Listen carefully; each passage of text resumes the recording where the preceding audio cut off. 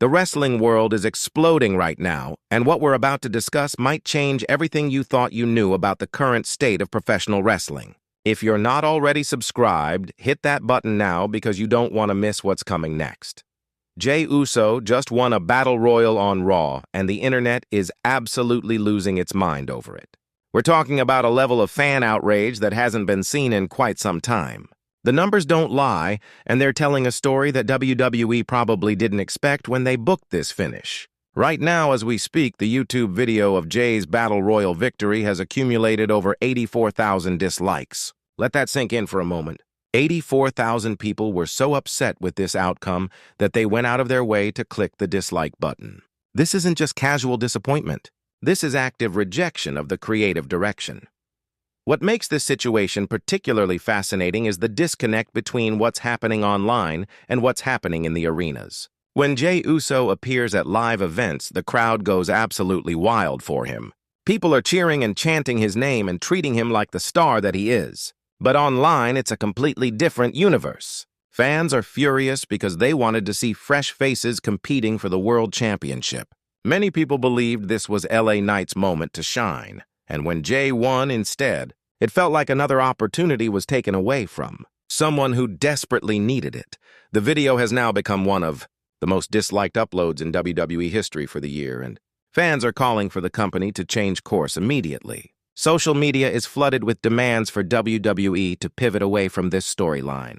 But here's the reality of the situation.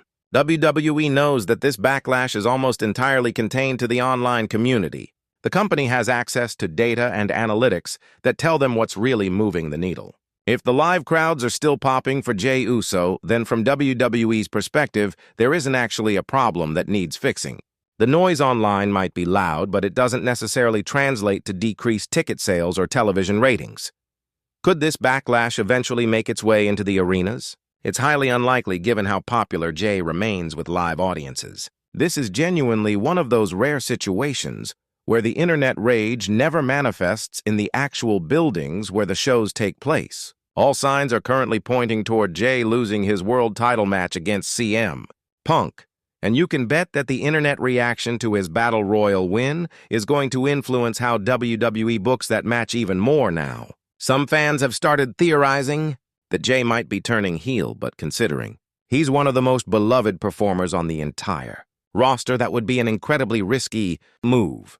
The most probable explanation for why Jey was put in this position is that he's a big enough name to absorb a clean pinfall loss without it damaging his standing in the company. If this had been LA Knight and he lost cleanly to Punk, it might have seriously hurt his momentum and credibility. So in some ways, you can understand the logic behind WWE's decision, even if fans don't agree with it. But imagine for a second that we're all wrong, and Jey Uso actually wins at Saturday night's main event. The internet would absolutely implode. The reaction would be 10 times worse than what we're seeing right now, and WWE would have a full-scale crisis on their hands. The interesting thing about this entire situation is that it highlights the challenge WWE faces when trying to balance what hardcore fans want versus what casual audiences respond to. Jey Uso has family legacy behind him.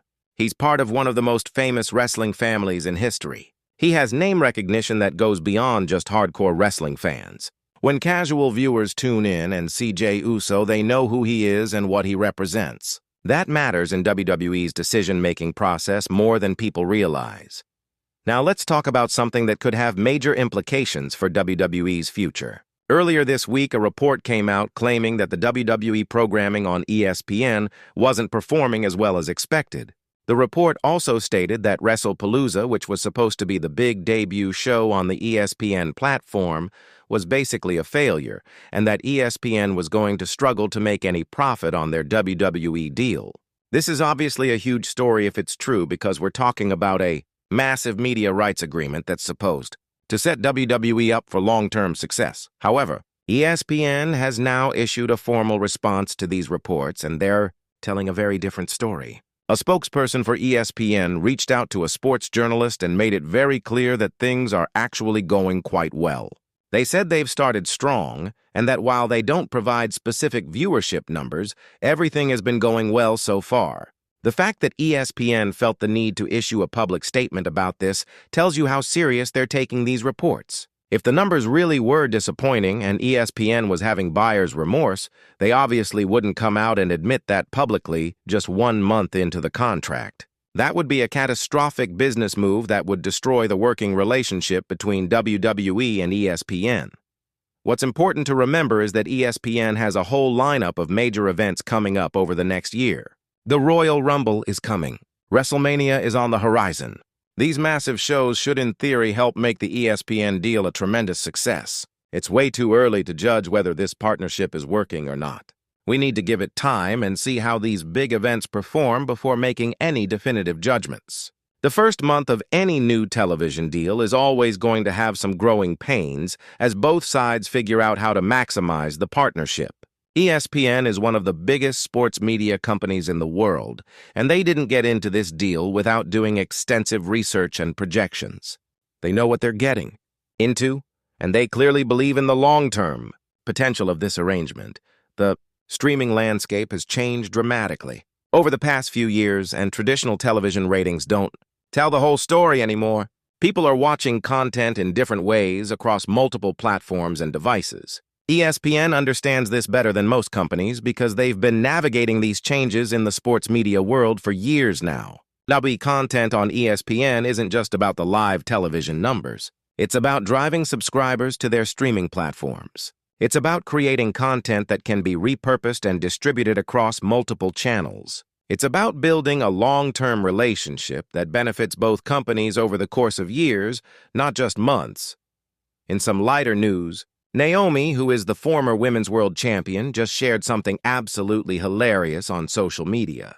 She posted a sonogram image of her baby at 16 weeks, and the image appears to show the baby doing the yeet gesture. She wrote about how crazy it was that the baby seemed to be yeeting this early in the pregnancy. The post got an incredible response from both fans and fellow wrestlers, with people like Charlotte Flair and Nia Jax commenting on it. Naomi announced her pregnancy earlier this year, which led to her relinquishing the championship. While she's going to be away from in-ring competition for a while, fans are hoping to see her make a big return sometime in the future. Her presence has been missed on television, and the women's division will certainly benefit from having her back. When the time is right, Naomi has been such an important part of WWE's women's division for years now, and her absence is definitely felt. She brings an energy and charisma that few others can match. The fact that she's already thinking about wrestling and incorporating it into her pregnancy journey shows how passionate she is about the business. When she does eventually return, there's no doubt she'll be welcomed back with open arms by fans who have been waiting patiently for her comeback. WWE is clearly very high on Bron Breakker, but there's been some criticism about how they handled his booking this week on Raw. Last week, Breakker looked like an absolute superstar when he attacked Seth Rollins and walked off with the world title. Images of Breakker holding that championship were going viral all over social media, and it seemed like WWE had lightning in a bottle. They could have gone all the way with Breakker and positioned him as the next big thing. Instead, WWE decided to have Breakker hand the title back, and he wasn't even included in the Battle Royal. It felt like a step backward for someone who had so much momentum. Dolph Ziggler, who is a former WWE performer, appeared on Busted Open Radio and urged WWE to push Breakker to the absolute moon. Ziggler made the point that WWE has nothing to lose by putting Breakker in a main event position right now.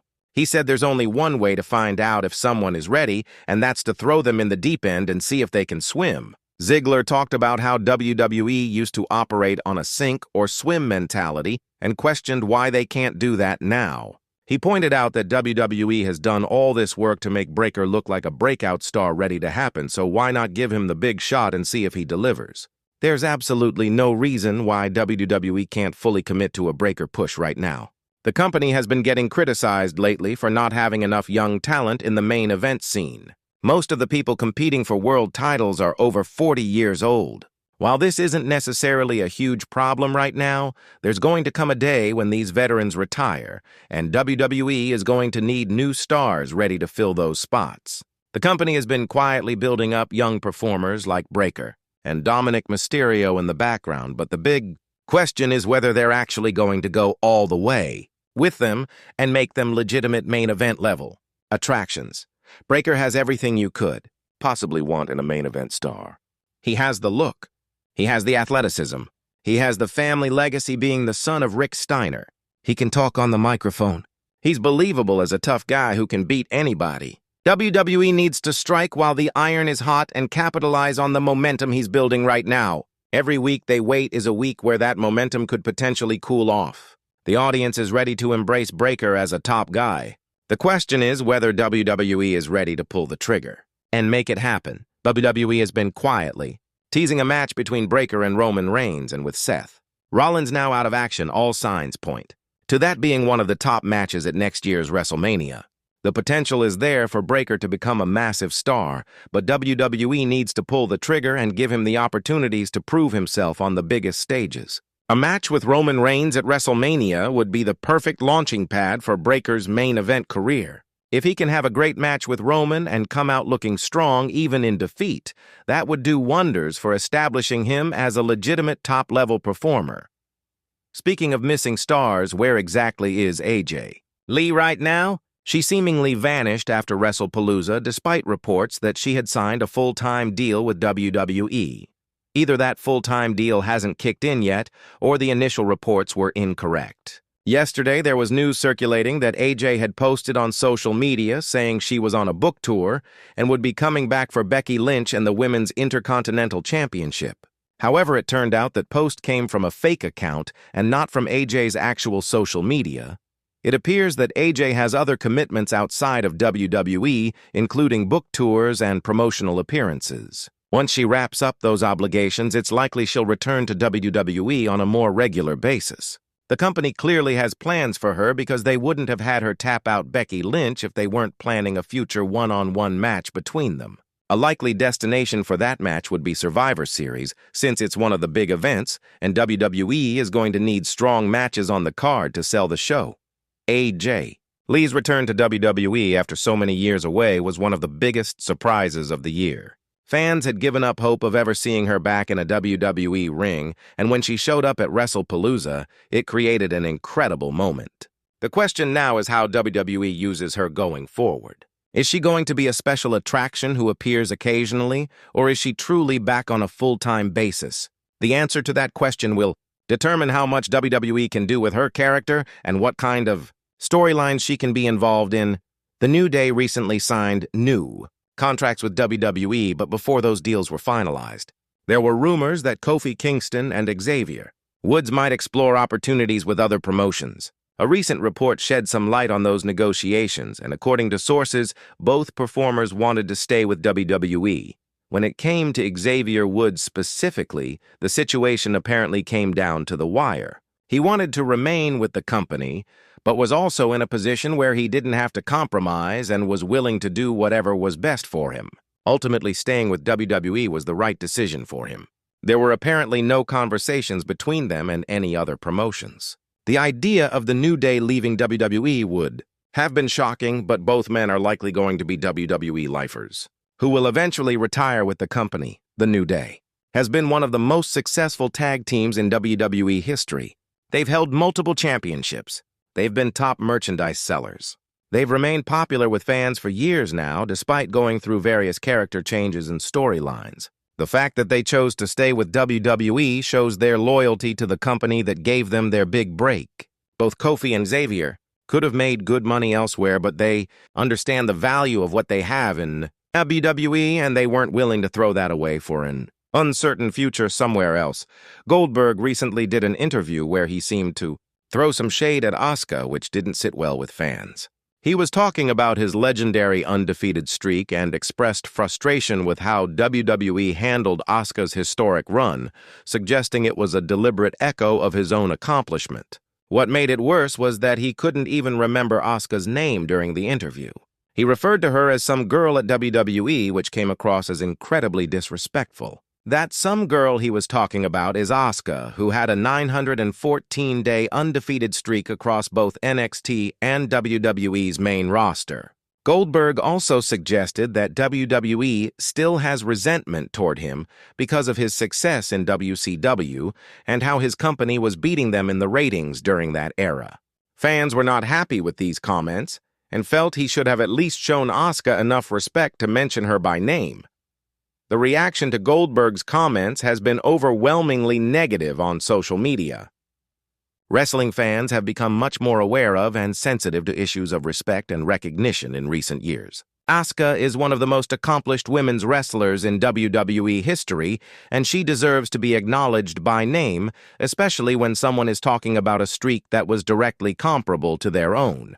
Goldberg's dismissive attitude came across as out of touch and disrespectful, not just to Asuka but to women's wrestling in general. On a more positive note, Kurt Angle recently praised Triple H for the work he's been doing as head of WWE Creative. Speaking on a podcast, Angle said that Triple H is doing incredibly well and that he's proud of him. He talked about how Triple H being retired and out of the ring allows him to really focus on the business side of things and make the product the best it can be. Angle believes that the company made the right decision putting Triple H in charge of creative and that he's doing an amazing job. The two men had numerous heated rivalries during the 2000s and clearly have a tremendous amount of respect and admiration for each other. Triple H has been in his role as head of creative for a couple of years now, and the reviews have been mixed from fans. Some people love what he's doing, while others think WWE was better under the previous regime.